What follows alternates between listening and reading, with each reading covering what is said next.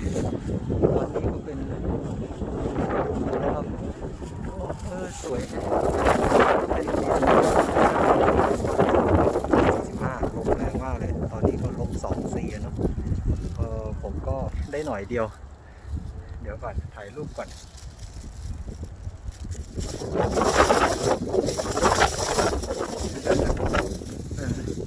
ก็ไม่มีคนเลยมาวิ่งเพราะว่าฝนมันตกกันเนาะแล้วก็อากาศเย็นมากมีแต่เสียงลมแล้วเนี่ย